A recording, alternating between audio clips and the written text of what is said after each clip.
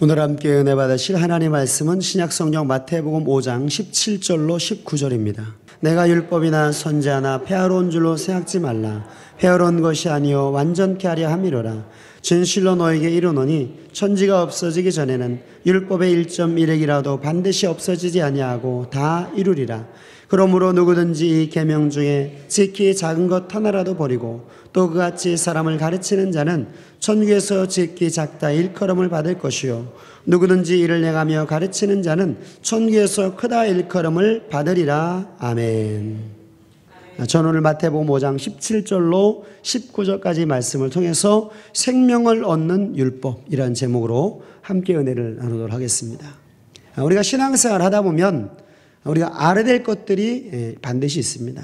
정확하게 알고 또 정확하게 그 말씀을 따라 순종해야지만이 우리 신앙 여정 가운데는 평안함이 있고 또 영원한 천국에 들어갈 수가 있습니다. 그래서 성경에 여러 가지 많은 주제들이 있지만 특별히 우리가 알아야 될 것들이 많이 있죠. 첫 번째 구원에 대한 부분도 있습니다. 또 심판에 대한 부분도 있고 상급에 대한 부분, 그 다음에 부활에 대한 부분, 이런 부분들을 우리가 바로 알아야 되죠. 왜냐하면 이런 부분에 대해서 우리가 주제를 잘 알지 못하게 되면 성경도 우리가 이해할 수 없을 뿐만 아니라 우리 신앙 여정도 잘못되게 됩니다. 그래서 하나님께서 우리 가운데 주신 말씀들을 통해서 우리는 이 모든 것들을 알아나가야 되는데 우리가 잘못 알고 있는 것들 중에 하나가 바로 뭐냐? 이 율법에 대한 부분을 잘못 알고 있어요. 그래서 너무나 많은 분들이 예수를 믿는 분들이 이 율법에 대한 생각을 이 사람의 말을 듣고 저 사람의 말을 듣고 하면서 이 말씀을 오해를 해버립니다. 근데 우리는 사람의 말을 통해서 이 율법을 판단하는 것이 아니라 예수님이 우리 가운데 주신 이 말씀을 통해서 율법을 판단하셔야 돼요.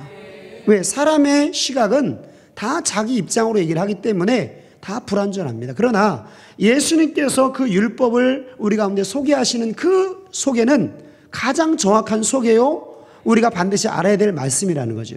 그래서 오늘 저와 여러분들이 이 율법에 대해서 예수님은 어떻게 말씀하는지를 우리는 살펴봐야 됩니다. 많은 사람들이 이 율법을 오해하는 이유 중에 하나가 바로 뭐냐면 사라진 율법이 있다라는 이야기 때문에 그렇습니다. 근데 여러분, 성경에 율법이 사라졌다는 이야기가 없는 게 아니에요. 율법이 사라졌다는 이야기가 성경에 나와 있습니다. 자, 에베소서 2장 14절로 15절 말씀을 한번 보겠습니다.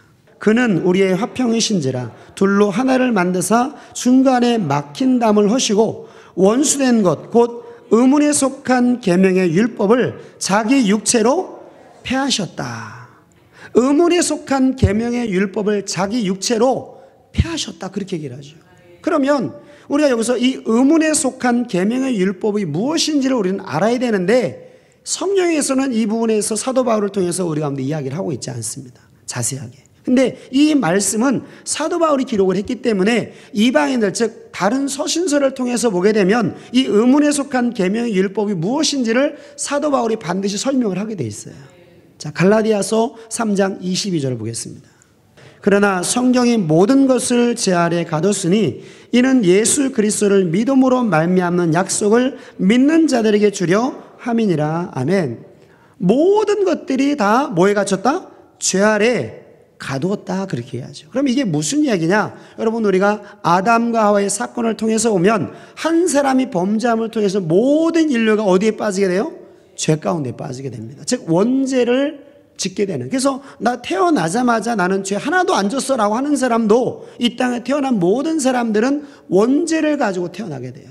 근데 이 원죄 문제 해결할 수 있는 방법을 알아요, 몰라요? 전혀 모릅니다. 이 원죄 문제는 오로지 누구만 해결할 수 있느냐? 예수 그리스도만이 해결할 수가 있어요. 그래서 이 원죄의 율법, 이 원죄는 결국 누구를 필요로 하게 되느냐? 예수님을 필요로 하게 됩니다. 왜? 예수님 말고는 이 원죄의 율법을 해결할 방법이 없어요. 그래서 누구에게로 가게 된다? 예수님께로 가게 된다라는 거예요. 자, 22절을 다시 한번 보겠습니다. 시작. 그러나 성경의 모든 것을 제 아래 가뒀으니 이는 예수 그리스도를 믿음으로 말미암는 약속을 믿는 자들에게 주려 함이니라. 믿음이 오기 전에 우리가 율법 아래 매인 바 되고 계시될 믿음의 때까지 갇혔느니라. 그래서 믿음이 오기 전에, 이 말은 예수님이 오기 전에, 예수님을 믿기 전에 모든 사람들은 어디에 매여 있다? 율법에 매여 있다. 그러면 이 율법은 어디 율법이냐? 바로 위에 나와 있어요. 죄 아래 가둔 율법이라는 거죠. 이것을 이제 우리가 이름을 붙여서 원죄율법이다. 그렇게 이제 분리를 시키는 겁니다. 생명을 얻는 율법과 원죄의 율법을 분리를 해야 돼요. 왜냐하면 우리가 구원도 환경에서 구원이 있고 영원 구원에 이르는 구원이 있죠. 이런 구원들을 우리가 분리를 해야 됩니다. 그냥 똑같은 단어로 해가지고 우리가 다 함께 보게 되면 혼란이 생기게 돼요. 그래서 이 율법은 믿음이 오기 전에, 즉 예수님이 오기 전에, 예수를 믿기 전에 우리가 율법 아래 매였다. 이 말은 바로 위에 있는 22절에 있는 바로 원죄의 율법, 그 이야기를 하고 있는 것입니다. 자, 23절 함께 읽어보겠습니다. 시작. 믿음이 오기 전에 우리가 율법 아래 매인 바 되고 계시될 믿음의 때까지 갖췄느니라.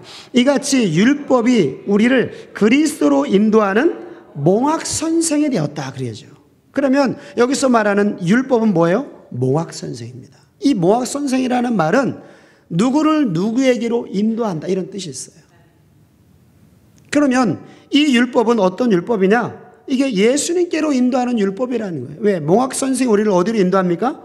그리스도에게로 인도하기 때문에. 그죠? 그래서 이 율법은 이게 모세를 통해서 이스라엘 백성들에게 주셨던 그 말씀이 아니라 이것은 바로 원죄 율법이라는 것을 우리가 22절, 23절, 24절을 통해서 우리가 이것을 해석을 할 수가 있어요.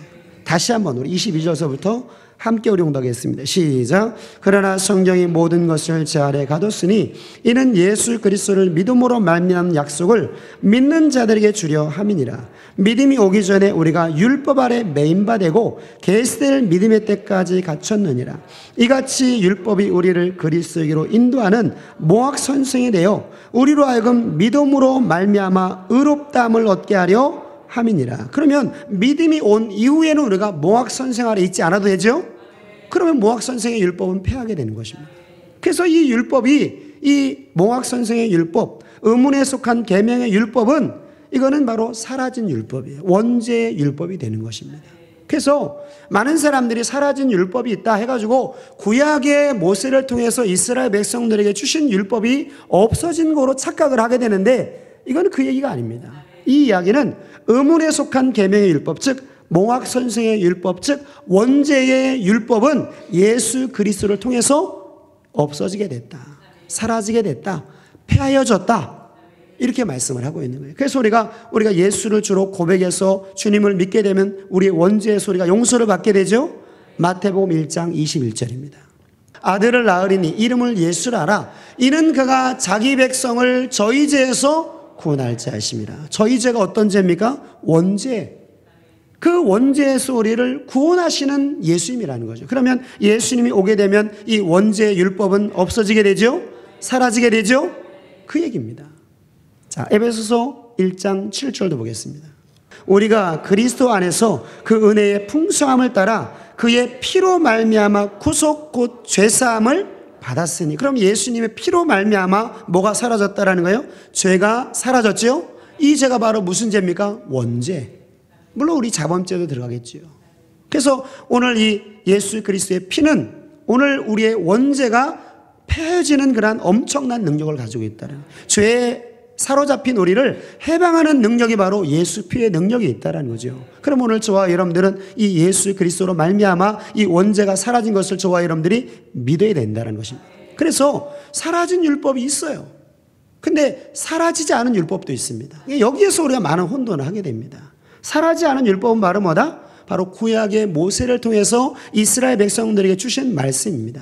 자, 그 말씀이 바로 출애굽기에 기록이 되어 있는데 출애굽기 19장 4절, 5절, 6절 말씀에 보면 나와 언약을 맺자 말씀을 하시면서 이 언약을 네가 잘 지켜 행하게 되면 내 소유로 만들어주고 제상나라가 되게 하고 거룩한 백성, 즉 영원한 천국 백성으로 하나님 만들어 주시겠다라고 하나님 말씀을 하게 됩니다. 그런데 그 말에 대해서 이스라엘 백성들은 어떻게 합니까? 우리가 다 지키겠나이다 고백을 하죠. 왜 그렇게 했느냐? 이미 출애굽기 15장 2절 말씀에서 여호와는 나의 힘이요 노래시며 나의 구원자로 고백을 하게 됐어요. 그래서 고백한 주의 백성들은 바로 하나님께서 주신 말씀을 우리가 지키게 되는 것입니다. 그 말씀은 결국 우리 가운데 생명을 주는 말씀이죠. 그래서 여러분 십계명이 출애굽기 20장서부터 쭉 나오게 되죠. 십계명이 바로 하나님께서 이스라엘 백성들에게 주신 말씀 맞습니까? 십계명이 20장이고 21장서부터 23장까지는 율례를 말씀을 하고 있어요. 이 율례는 이웃사랑을 어떻게 더 구체적으로 할 것인지를 말씀을 하고 있습니다. 그리고 25장서부터 레위기 끝까지는 규례에 대한 말씀을 하고 있어요. 규례라는 것은 우리가 예배를 드릴 때 어떻게 드려라, 우리가 거룩한 삶을 살기 위해서는 어떻게 해라, 이것을 하나님 우리 가운데 정결법으로 말씀을 하고 있습니다. 그러면 여러분, 하나님께서 이스라엘 백성들에게 주셨던 이 말씀, 이 율법은 결국 무엇을 얘기하고 있느냐? 하나님의 사랑과 이웃에 대한 사랑을 우리 가운데 보여주는 말씀이에요. 맞습니까? 그러니까 이 율법은 사라지지 않는다라는 거죠. 사라지지 않습니다. 그래서 신명기 5장 말씀에도 보면 이 율법이 그냥 사라지는 것이 아니라 계속된다는 것을 우리 가운데 보여주고 있습니다. 자, 신명기 5장 3절 한번 보겠습니다. 이 언약은 여호와께서 우리 열조와 세우신 것이 아니요 오늘날 여기 살아있는 우리 곧 우리와 세우신 것이다. 즉 40년이 지났죠. 40년이 지난 후에도 이 율법은 그대로 이스라엘 민족에게 유효하게 되죠. 똑같은 말씀이 어디 나와 있느냐? 신명기 29장 14절에도 나와 있어요. 내가 이 언약과 맹세를 너에게만 세운 것이 아니라 오늘날 우리 하나님 여호와 앞에서 우리와 함께 여기 선자와 오늘날 우리와 함께 여기 있지 아니한 자에게까지다. 그러면 이 율법의 말씀이 계속된다는 말씀이죠. 그로부터 1000년이 지난 후에 말라기 선지자를 통해서 이스라엘 백성들에게 뭐라고 얘기하느냐? 야, 모세를 통해서 너에게 주신 그 말씀, 그 규례와 법도를 너희가 기억해라. 그렇게 말씀을 하고 있어요. 자, 말라기 4장 4절 한번 보겠습니다. 너희는 내가 호렙에서 온 이스라엘을 위하여 내 종 모세에게 명한 법, 곧 율례와 법도를 기억하라. 왜 기억하라고 말씀하느냐? 이 율법이 사라지지 않았다라는 것입니다. 그러면 여러분, 하나님께서 우리 가운데 주신 이 율법, 사라지지 않는 율법이 사라졌다라고 이야기를 한다면 그건 너무나 잘못된 거지요. 왜? 구약 1000년을 통해서 계속되었어요. 이 하나님의 율법의 말씀은 하나님 사랑, 이웃 사랑입니다. 그렇기 때문에 사라지지 않는 거예요.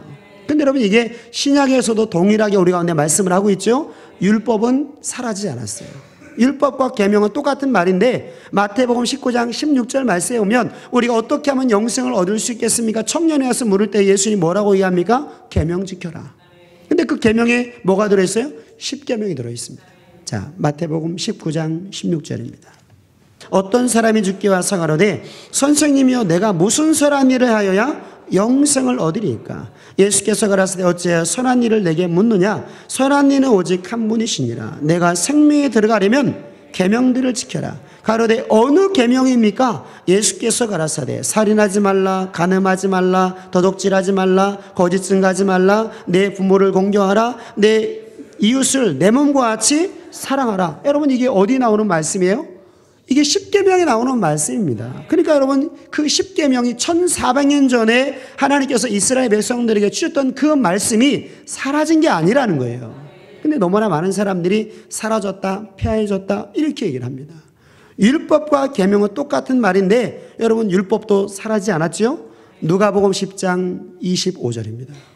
어떤 율법사가 일어나 예수를 시험하여 가로되 선생님 내가 무엇을 하여야 영생을 얻으리까? 예수께서 이르시되 율법에 무엇이라 기록되었으며 내가 어떻게 있느냐? 대답하여 가로되 내 마음을 다하며 목숨을 다하며 힘을 다하며 뜻을 다하여 주 너희 하나님을 사랑하고 또한 내 이웃을 내 몸과 같이 사랑하라 하였나이다. 예수께서 이르시되 내 대답이 옳도다. 이를 행하라. 그러면 살리라. 영생을 얻는 방법이 바로 뭐예요? 율법이라는 거예요. 그러면 율법이 사라진 게 아니죠?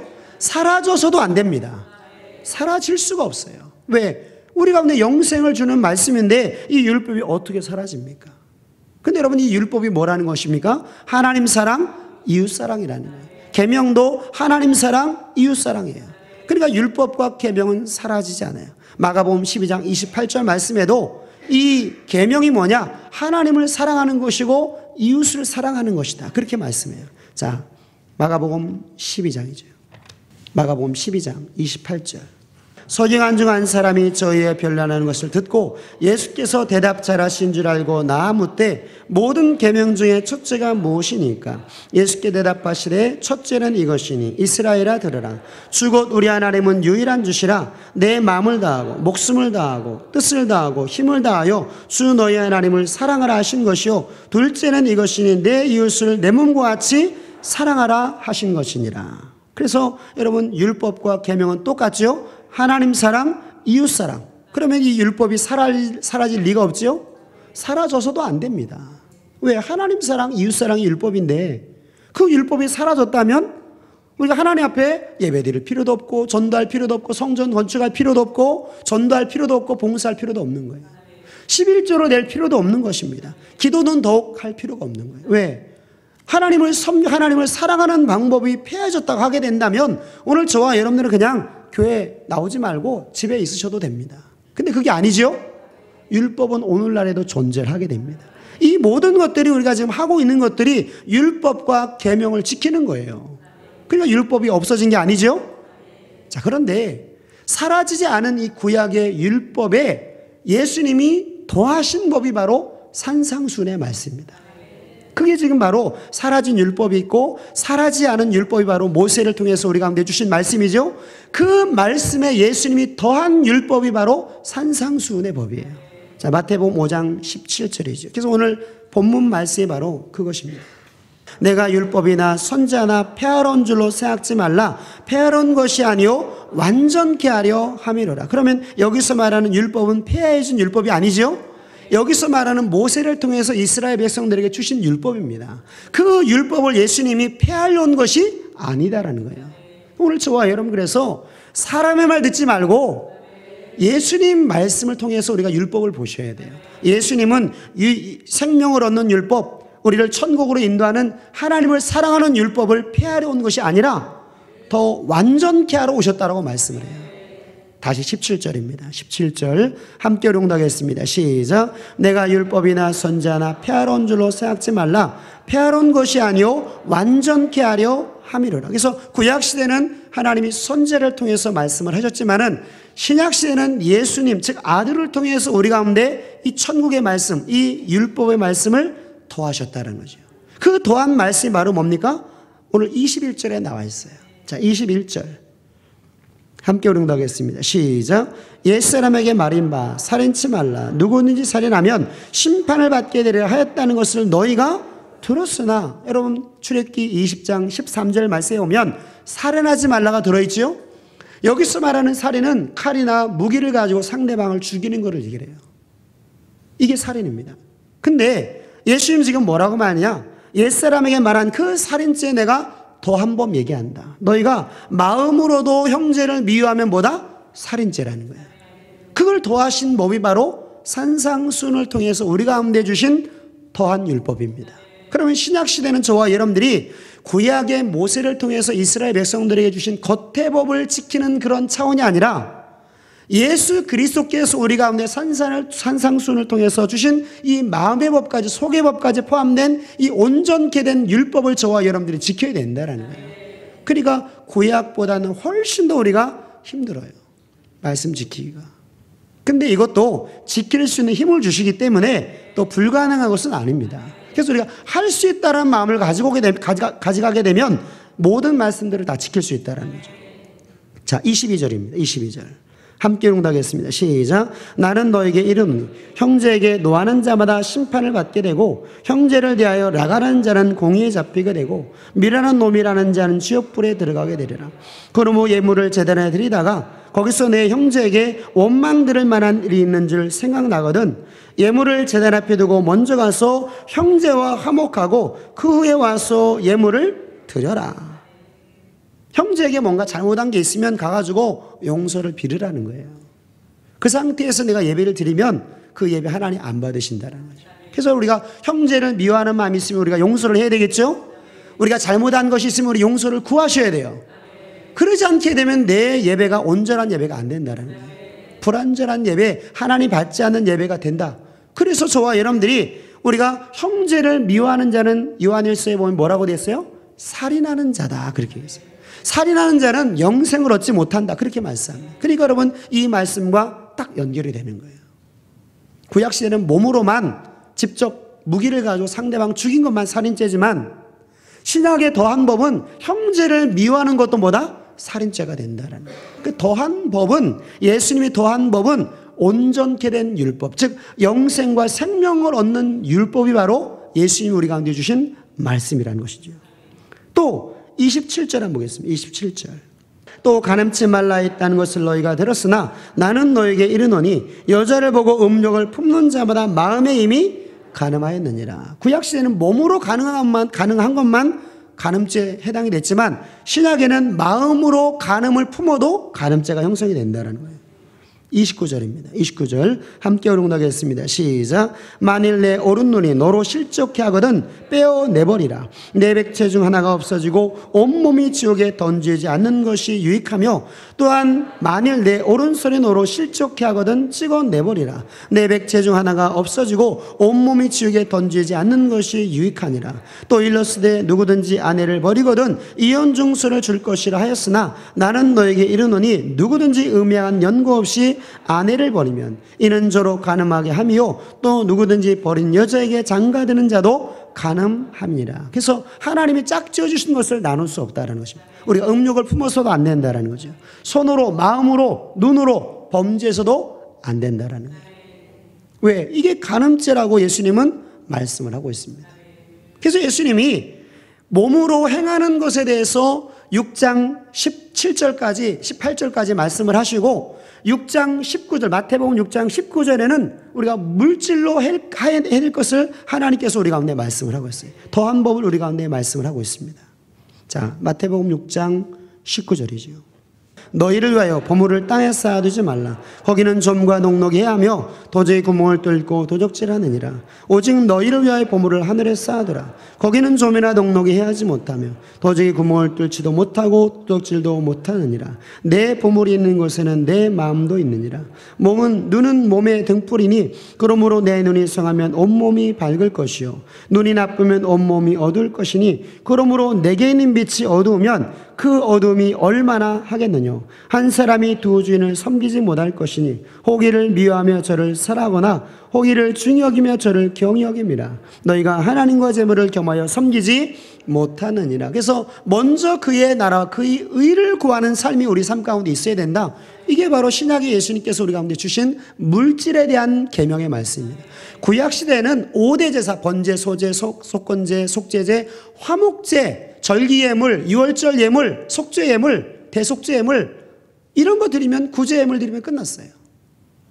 그런데 여러분 신약에는 뭐라고 얘기합니까? 그 예물 드리고 난 이후에 하나님께서 필요로 할 때에 우리가 내어놓는 것이 바로 하늘의 보물을 쌓는 것이다. 구약과 신약의 법이 엄청 차이가 생깁니다. 그래서 신약에 사는 저와 여러분들은 구약의 모세를 통해서 이스라엘 백성들에게 주신 그 율법을 지키는 것이 아니라 신약에 사는 저와 여러분들은 예수님께서 우리 가운데 주신 말씀에 순종하셔야 돼요. 그래서 마태복음 17장 5절 말씀에 보면 예수님께서 변화산에 올라가셔서 모세와 엘리야와 이야기를 하시면서 하늘에서 음성이 들릴 때에 뭐라고 이야기하느냐? 이제는 너희가 예수님 말을 들어라 이렇게 얘기를 하죠. 모세의 말 듣는 것이 아니라 엘리야 말을 듣는 것이 아니라 이제 예수님이 우리 가운데 주신 완전케 한 율법을 너희가 들어야 된다. 그렇게 말씀을 하죠. 자, 마태복음 17장입니다. 엿새 후에 예수께서 베드로와 야고보와 그 형제 요한을 데리시고 따로 높은 산에 올라가셨더니 저희 앞에 변형되사 그 얼굴이 해같이 빛나며 옷이 빛과 같이 해졌더라. 때에 모세 엘리야가 예수로 더불어 말씀하는 것이 저희에게 보이거늘. 5절입니다. 5절 시작. 말할 때 호련히 빛난 구름이 저희를 덮으며 구름 속에서 소리가 나서 가로되 이는 내 사랑하는 아들이요 내 기뻐하는 자니 너희는 저의 말을 들으라 하는지라. 그러면 신약에 사는 우리는 누구의 말을 들어야 됩니까? 예수님 말씀을 들어야 돼요. 예수님도 마태복음 우리가 28장 말씀에 오면 내가 너에게 분부한 모든 말씀들을 가르쳐 지키게 하라. 그러면 예수님께서 제자들에게 말씀하신 이 모든 더한 율법을 누구에게 가르쳐야 된다는 얘기입니까? 성도들에게 가르쳐야 된다는 거예요. 그러면 성도들은 이 말씀을 지켜야 된다는 말과 똑같죠? 그래서 마태복음 5장 17절과 19절 말씀에 보면 이 천국의 말씀을 순종하고 가르치는 사람은 천국에서 크다 일컬음을 받는다는 거예요. 자, 마태복음 5장 19절입니다. 그러므로 누구든지 이 계명 중에 지극히 작은 것 하나라도 버리고 또 그같이 사람을 가르치는 자는 천국에서 지극히 작다 일컬음을 받을 것이요 누구든지 이를 행하며 가르치는 자는 천국에서 크다 일컬음을 받으리라. 그러면 우리가 주의 종들이 천국에서 크게 일컬음을 받고 하나도 빼면 안 된다는 걸 지금 말씀을 하고 있죠. 그럼 이것을 바꿔 얘기하면 성도들은 뭐 해야 된다는 얘기입니까? 예수님이 가르치신 모든 말씀들을 뭐 해야 된다? 지켜야 된다는 얘기예요. 지켜야 된다. 자, 히브리서 10장 38절 39절 말씀에 똑같은 말씀이 나와 있어요. 의인은 믿음으로 살아야 된다는 말과 똑같은 말입니다. 여기서 말하는 의인은 예수를 주로 고백한 의인은 믿음으로 말미암아 살아야 된다. 이 믿음은 어떤 믿음이냐? 바로 예수님께서 우리 가운데 주신 영생의 말씀을 믿는 믿음을 가지고 살아야 된다는 얘기죠. 그러니까 사랑해야 된다는 거예요. 저와 여러분들이 그래서 하나님 말씀 버리고 내가 신앙생활 한다? 그건 정말로 위험한 것입니다. 말씀과 반대되고 말씀 버리고 내 생각으로 신앙생활 하는 것은 너무나 위험한 신앙생활을 하고 있는 거예요. 히브리서 10장 38절 39절입니다. 오직 나의 의인은 믿음으로 말미암아 살리라. 또한 뒤로 물러가면 내 마음이 저를 기뻐하지 아니하리라 하셨느니라. 우리는 뒤로 물러가 침륜에 빠질 자가 아니요 오직 영혼을 구원함에 이르는 믿음을 가진 자니라. 아멘. 그래서 의인은 이제 뭘로 살아야 되느냐? 천국의 말씀, 즉 온전케 하신 영생을 얻는 그 말씀을 순종하는 믿음으로 살아야 된다는 거죠. 여러분 구약 신명기 27장 말씀에도 너희가 하나님의 백성이 되었기 때문에 모세를 통해서 이스라엘 백성들이 주신 모든 말씀들을 뭐해라? 지키라는 거예요. 신약도 마찬가지죠. 모든 말씀들을 지켜야 됩니다. 그것을 우리가 하나로 빼게 되면 주의 종은 천국에서 지극히 작다 일컬음을 받아요. 그러면 중요한 것을 빼면, 많이 빼면 천국에 못 들어가는 거죠. 그러면 이것이 성도들에게는 뭐냐? 그 천국에 들어가는 말씀을 모르면 천국 못 들어간다는 얘기입니다. 갈 수가 없다는 거죠. 왜? 천국의 말씀을 모르는데 어떻게 천국에 들어갈 수 있습니까? 못 들어가는 거죠. 그래서 예수님이 저와 여러분들이 오셔서 하신 작업이 바로 뭐다? 천국에 들어가는 말씀, 즉 온전케 하신 율법을 말씀을 하실 수밖에 없는 거예요. 그래서 예수님이 이 땅에 오신 목적은 바로 뭐다? 하나님 나라의 복음, 천국의 복음, 천국의 말씀을 전하실 수밖에 없는 겁니다. 왜? 그 말씀을 전하는 것이 바로 예수님이 이 땅에 오신 사명이기 때문에 그래요. 너무나 많은 사람들이 자기 생각으로 자기 경험으로 신앙생활을 하기 때문에 천국에 못 들어가기 때문에 예수님이 이 땅에 오신 것입니다. 그럼 오늘 저와 여러분들은 내가 천국 들어가기 원하는 마음을 가지고 있다면 누구의 말을 들어야 된다? 예수님 말씀을 들어야 된다는 거예요. 그 누구의 말도 들어서는 안 됩니다. 그래서 예수를 믿는 자들에게 이 온전케 하신 율법은 우리를 어디로 인도한다? 천국으로 인도한다는 거죠. 그래서 이 율법의 의미를 저와 여러분들이 잘 아셔야 돼요. 이 율법이 우리를 힘들고 어렵게 하고 우리를 우울하게 만드는 게 아니라 이 율법은 저와 여러분들에게 생명을 줍니다. 이걸 우리가 믿으셔야 돼요. 이걸 우리가 체험을 하셔야 됩니다. 자, 신명기 32장 46절 한번 보겠습니다. 이 율법 구약시대에 모세를 통해서 이스라엘 백성들에게 이 주셨던 말씀이 그들에게는 뭐라고 말씀하느냐? 생명이다, 그렇게 말씀을 하고 있어요. 생명이라는 것은 영원한 천국 들어가는 말씀이다, 이렇게 얘기를 하고 있어요. 그런데 너무나 많은 사람들이 율법 없었다, 율법을 지킬 필요 없다, 이렇게 이야기를 많이 합니다. 그리고 구약시대의 이스라엘 민족도 율법을 잘 지키지 않았어요. 온 나라가 하나님의 규례에서 떠났다. 말라기 시대는 그렇게 말씀을 하고 있어요. 자, 신명기 32장 46절입니다. 함께 응답하겠습니다. 시작. 그들에게 이르되 내가 오늘날 너희에게 증거한 모든 말을 너는 마음에 두고 너희 자녀에게 명하여 이 율법의 모든 말씀을 지켜 행하게 하라. 이는 너에게 허사가 아니라 너희의 생명이다. 너희가 가나안 땅에 들어가서 너희가 거기서 교회 생활할 때도 이 생명의 얻는 율법을 너희가 그대로 지켜야 된다. 근데 여러분 신약에도 마찬가지죠. 신약에도 누가복음 10장 25절 말씀에 보면 우리가 영생을 얻으려면 뭐 해야 돼요? 율법을 지켜야 돼요. 그래서 율법은 저와 여러분들에게는 영생입니다. 근데 그 영생을 대하는 태도가 좀 불완전해요. 우리 가운데 영생을 주는 말씀인데 우리는 굉장히 나를 귀찮게 하는 말씀, 내가 하고 싶은 것을 못하게 하는 말씀, 이렇게 우리가 이 율법을 생각을 해요. 그럼 율법은 가치 없는 것으로 생각을 해버립니다. 그러면 하나님 보실 때 그런 마음을 가지고 있는 자들 기뻐할 수 없겠죠? 그래서 오늘 저와 여러분들은 율법을 뭐 해야 된다? 즐거워해야 돼요. 시편 1편 말씀에 보면 다윗의 신앙에 나와요. 다윗이 왜 율법을 즐거워했느냐? 책을 읽기를 좋아하는 사람이기 때문에 즐거워한 게 아닙니다. 다윗은 군인이었어요. 근데 그 군인된 다윗이 율법에 대해서 왜 주야로 묵상했느냐? 율법은 우리에게 뭘 준다? 생명을 준다라는 거예요. 자, 시편 1편 1절입니다. 복 있는 사람은 악인의 길을 쫓지 아니하며 죄인에게 서지 아니하며 오만한 자의 자리에 앉지 아니하고 오직 여호와 율법을 즐거워하여 그 율법을 주야로 묵상하는 자로다. 주야로 묵상하는 것이 주의 종만 묵상하는 게 아니죠. 성도도 말씀을 주야로 묵상을 해야 됩니다. 묵상을 해야 돼요. 왜? 그 율법이 우리를 어디로 인도합니까? 영원한 천국으로. 그래서 1절에 복 있는 사람은, 여기서 복은 어떤 복이냐? 영생의 복이에요. 저와 여러분들이 천국 가기를 원하시면 뭐를 집중해야 되느냐? 율법을 집중해야 돼요. 왜? 율법은 우리를 어디로 인도해요? 천국으로. 그러니까 저와 여러분들이 천국에 들어가고자 하는 소망이 없는 사람들은 이 율법을 하찮게 여깁니다. 율법을 즐거워하지 않아요. 왜?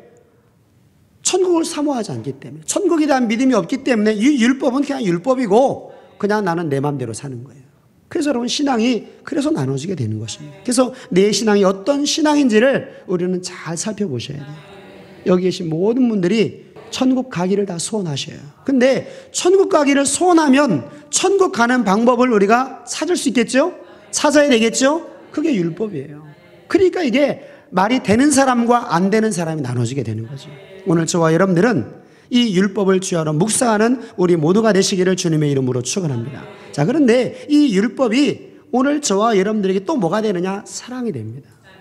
사랑이 돼요. 내가 하나님을 사랑하는 방법이 되는 거예요, 율법이.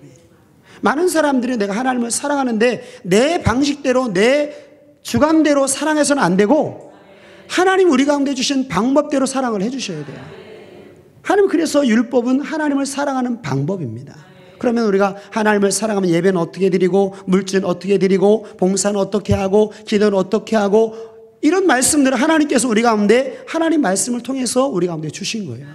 그러면 이 말씀을 통해서, 아, 하나님 이런 분이구나, 하나님은 마음이 깨끗한 자를 기뻐하시는구나, 마음은 하나님의 긍휼을 베푸는 자를 기뻐하시는구나, 이런 말씀을 통해서 우리가 하나님을 알게 되면 내가 하나님을 사랑하기 때문에 그 하나님께 맞추는 거예요. 내 삶을 맞추고 내 마음을 하나님께 맞추는 거예요. 그래서 여러분, 사랑하면 뭐를 지킨다? 율법을 지키게 돼 있어요. 자, 요한복음 14장 15절 보겠습니다. 너희가 나를 사랑하면 나의 계명을 지키리라. 그래서 하나님을 사랑하는 방법이 바로 뭐다? 율법이라는 거예요. 계명이라는 것입니다. 그러면 내가 하나님을 사랑한다고 하면서 하나님의 율법을 무시하고 하나님의 계명, 예수님 우리 가운데 주신 계명을 무시하고 나간다면 그 사람은 지금 하나님을 사랑하는 게 아니죠? 예수님을 사랑하는 게 아니죠? 너무나 분명합니다. 너무나 분명해요. 그런 자들에게, 하나님을 사랑하는 자들에게 하나님은 함께 하시는 축복을 주십니다. 동행하시는 축복을 하나님 주신다라고 말씀을 하고 있어요. 그래서 율법은 우리 가운데 뭐다? 사랑이라는 거예요. 뿐만 아니라 여러분, 율법은 뭐다? 우리 가운데 축복입니다. 자, 레위기 26장 1절 한번 보겠습니다. 많은 사람들이 율법은 그냥 머릿속에서만 일어나는 어떤 이렇게만 생각을 하는데 그게 아닙니다. 율법은 내 삶에 직접적으로 미치는 영향을 가지고 있어요. 그게 바로 뭡니까? 축복과 저주로 나타나게 돼요. 너무나 분명하게. 그래서 신앙생활하고 나갈 때에 이상하게 마음에 기쁨도 없고 감사도 없고 자꾸만 내 삶에 어려운 문제가 자꾸 오는 것은 왜 그러냐? 그 율법의 말씀을 우리가 지키지 않았기 때문에 그렇습니다. 그런데 어떤 사람은 복받은 것도 없는 것 같고 전혀 우리가 보기엔 부러울 것이 없는 그런 사람인데 항상 기뻐하고 감사하는 사람은 어떤 사람이다? 율법을 지키는 사람이라는 거예요. 자, 26장 1절입니다. 함께 용도하겠습니다. 시작. 너희는 자기를 위하여 우상을 만들지 말지, 목상이나 주상을 세우지 말며 너희 땅에 조악한 속상을 세우고 그에게 경배하지 말라. 나는 너희 하나님 여호와임이니라. 너희는 나의 안식일을 지키며 나의 성소를 공경하라. 나는 여호와니라. 너희가 나의 규례와 계명을 준행하면 내가 너희 위를 그 시위에 주리니 땅은 그 산물을 내고 밭의 수목은 열매를 맺을지라. 너희 타적은 포도때까지 미치며 너희 포도 따는 것을 파종할 때까지 미치리니 너희가 음식을 배불리 먹고 너희 땅에 안전히 거할 것이다. 하나님이 평화도 주고 잘되게 하시는 역사가 나타나게 된다. 창대하게 되는 역사가 나타나게 된다. 근데 여러분, 언약의 말씀, 율법, 계명을 지키지 않게 되면 정반대의 저주가 임하게 돼요. 그래서 여러분, 이 율법, 이 계명은 내 삶의 행복과 불행의 결정이라는 거예요. 여러분, 영어로 행복은 해피지요? 해피의 어근은 해픈입니다. 해픈은 뭐냐면 발생하는 일이에요. 사건입니다. 그러면 내 삶에 좋은 사건이 계속 일어나게 되면 내가 뭐를 느낀다라는 거예요? 행복을 느끼는 거예요. 근데 내 삶에 안 좋은 일이 계속 나타나게 되면 내 마음에 뭐가 생겨요? 근심이 생깁니다. 행복하지 않게 되는 거예요. 어느 때는, 어떤 때는 행복하다가 어느 때는 행복하지 않아요. 또 행복과 불행이 같이 생기기도 합니다. 이게 왜 그러냐? 하나님 말씀대로 내가 순종한 대로 거두게 되는 거예요. 그래서 말씀에 순종하지 아니하면 하나님이 내 삶에 고통을 준다라는 거예요. 14절입니다.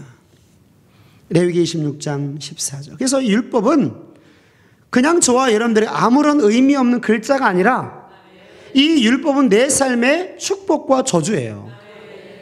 14절 함께 우롱하겠습니다. 시작. 그러나 너희가 내게 청정치 아니하고 이 모든 명령을 준행치 아니하며 나의 규례를 멸시하며 마음에 나의 법도를 싫어하여 나의 모든 계명을 준행치 아니하며 나의 언약을 배반할진대 내가 이같이 너에게 행하리니 곧 내가 너에게 놀라운 재앙을 내려 폐병과 열병으로 눈이 어둡고 생명이 쇠약하게 할 것이요 너희 바정은 헛되리니 너희 대적이 그것을 먹을 것이며 내가 너희를 치리니 너희가 너희 대적에게 패할 것이요 너희를 미워하는 자가 너희를 다스릴 것이며 너희를 쫓는 자가 없어도 도망하게 될 것이다.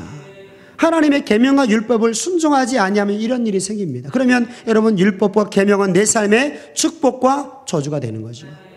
순종하면 축복, 순종하지 아니하면 저주. 여러분, 이 율법이 여러분에게 의미가 있을까요, 없을까요? 있어요. 너무나 중요한 의미를 가지고 있습니다. 그런데 이 율법이 없어졌다, 율법이 폐해졌다, 이렇게 잘못 얘기를 한다라는 거예요. 그러니까 내 삶에 축복이 와도 이게 왜 왔는지도 모르고 내 삶에 고통이 와도 왜 왔는지를 모르기 때문에 오리무중에 빠지는 거예요. 그냥 시간 지나면 해결되겠지, 이렇게만 생각으로 나갑니다. 근데 여러분, 오늘 여기 말씀에 보면 네가 하나님께서 너에게 고통을 줌에도 불구하고 돌이키지 않으면 시간 지나면 고통 끝난다, 이게 아니죠? 더한 고통 주겠다라는 거예요. 18절 너희가 그렇게 대해도 내게 청정치 아니하면 너희 죄를 인하여 내가 너희를 7배라도 징치하겠다. 그러면 고통이 끝난다라는 게 아니죠? 더 깊어진다라는 거예요. 더 골마 터진다라는 거죠. 더 심해진다, 그렇게 말씀하죠. 그러니까 여러분, 저와 여러분들이 하나님을 이길 수가 없어요. 그러면 오늘 우리 가운데 주신 이 생명을 얻는 율법은 우리에게 영생을 주는 말씀이기도 하지만 내 삶의 뭐다? 축복과 저주라는 거죠. 하나님을 사랑하는 법입니다. 그러면 이 율법의 실체를 저와 여러분들이 알게 되면 여러분이 율법을 미워하고 율법이 폐해졌다면서 율법을 하찮게 여길 사람이 한 사람도 없습니다. 모르기 때문에 그런 거예요. 근데 여러분, 우리는 하나님 말씀을 그래도 들었기 때문에 이 율법의 말씀을 우리가 더 순종하고 더 사랑해야 된다는 거예요. 더 사랑해야 돼요. 더 귀하게 받아야 된다는 것이죠. 왜?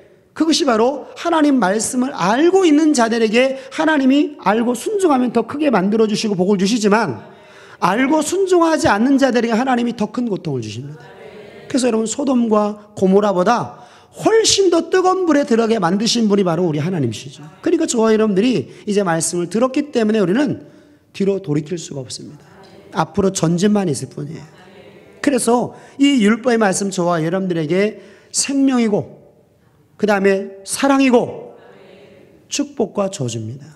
이 생명을 얻는 율법, 이 예수님께서 우리 가운데 주신 이 완전케 하신 율법을 우리가 잘 깨닫고 사모하고 순종하셔서 생명도 얻으시고 우리의 삶 가운데 사랑에 더 풍성해지시고 축복으로 승리하는 우리 모두가 다 되시기를 주님의 이름으로 축원합니다.